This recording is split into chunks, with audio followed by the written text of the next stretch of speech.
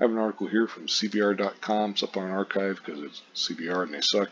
10 harsh realities of reading Silver Age comics. I'll go ahead and link this in the description box if you want to read it for yourself, but you can kind of imagine what they are. Surprisingly, though, not all of these reasons are woke. The mean-spirited Superman comics are strange comes in at number 10. This is where they would do covers that had absolutely nothing to do with the interior. I never was a fan of that. The Superman was always a jerk to people. Not here, he's being a jerk to Jimmy Olsen, but I mean, he was to Batman. It was Lois Lane, anybody. It was, I don't know why they did it. I guess it was supposed to try to lure you in somehow, but, whatever. 9, representation was basically non-existent. Now, I did say that not all of them. This one obviously is very woke. Talks about, every time, even today, there's a vocal minority of fans who cry every time a character comes out of the closet or a white character gets replaced with a non-white successor. In the Silver Age, representation was completely non-existent, with the vast majority of characters being white males. By the way, a self-hating white male wrote this article, but whatever. Blah, blah, blah. Talks about even the X-Men, a book steeped in the language of the civil rights movement, was lily white. Blah, blah, blah. Yeah.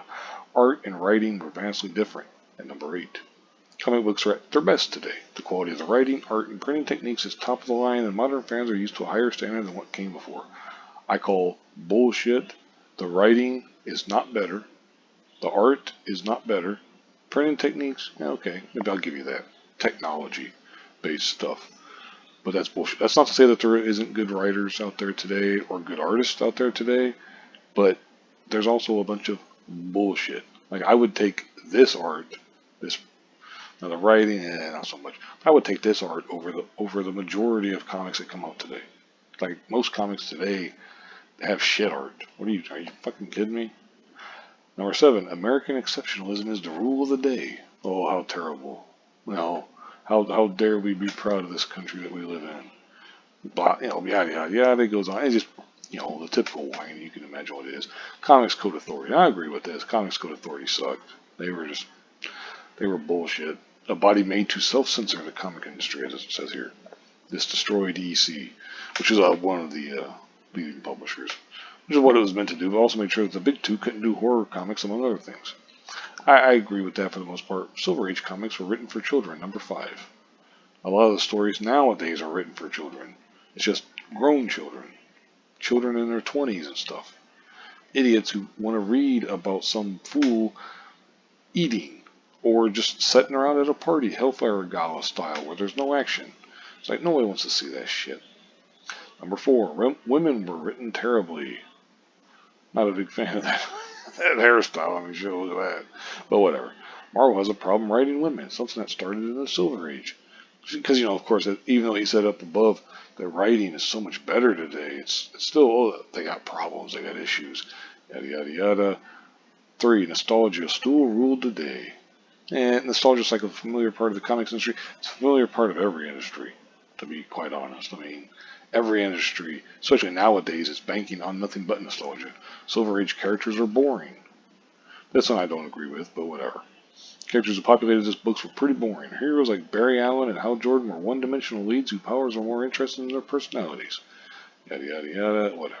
The truth about Stan Lee, number 1. He was massively influential in the Silver Age, blah, blah, blah. The truth is much darker. Artists like Jack Kirby, Steve Ditko, Don Heck, John Romita, and more did the lion's share of the creative, with Lee mostly editing and sometimes writing dialogue for the characters. Lee wasn't the creative force that he and Marvel made him out to be. Reading Silver Age Marvel comics that are emblazoned with Lee's name while the artist did most of the work is an uncomfortable thing. While Romita kept his job at Marvel, many other artists weren't willing to play along with Lee and left the publisher.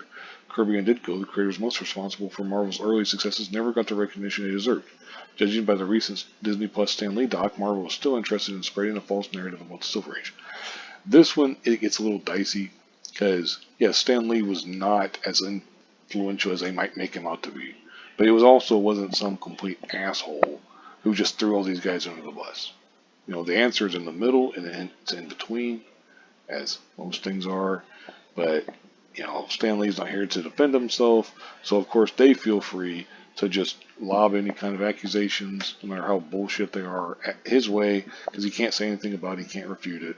Most of the people involved are also dead, so this is just one of those things where they want to cancel him, quote unquote, but don't actually have the ability to cancel him because he didn't do anything so terribly wrong that they got to start, doing this kind of shit. Now, again, that's not to say that he didn't do terrible things.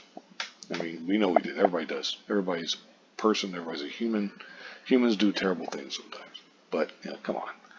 But anyway, like I said, I'll link this in the description box. You can read it for yourself. Get a little more in detail. Most of the stuff I don't agree with, but some of the stuff I did agree with. The Comics Code Authority sucked. I didn't care for the covers of like jerk Superman style stuff. That was all I thought that was stupid. But whatever. Anyway, I'm going to go ahead and wrap this up here. Thank you very much for watching, and have a good one.